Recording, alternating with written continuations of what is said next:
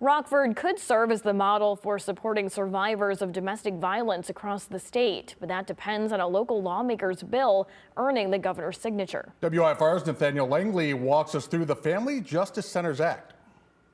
Mike, Sydney, Rockford is the only community in Illinois with a family peace center. Leaders say the space has supported thousands of survivors and reduced crime, setting a standard for other cities to follow. And so this is the space when a survivor comes in. Through a tinted entrance, that they are brave, that they are not alone, and past a hall of motivational posters.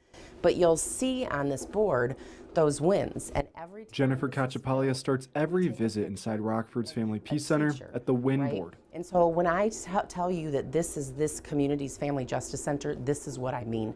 Cachapalia oversees the service center for survivors of domestic and sexual violence. Everything that happens within these walls happens because survivors told us to do it this way. The facility opened in July 2020, the first of its kind in Illinois.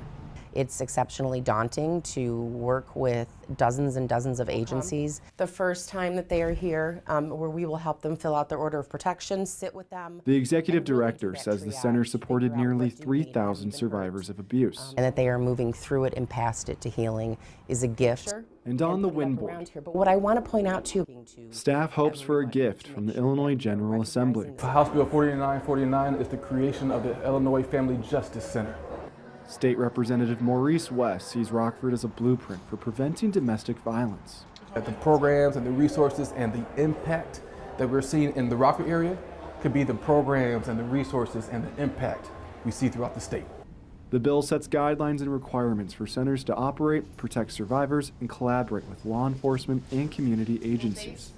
Rockford is the catalyst of change when it comes to this initiative. What I'm hopeful is that it will set those standards.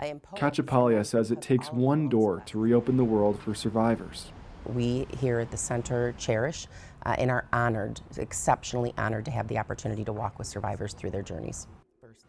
West's bill is in a second committee reading down in Springfield. The lawmaker says he'll iron out more details with advocacy groups before it moves forward again. Thank you, Nathaniel. And Illinois offers a 24/7 domestic violence hotline for anyone in need. You can see that number right now on the bottom of your screen there. The hotline provides language assistance in more than 240 languages.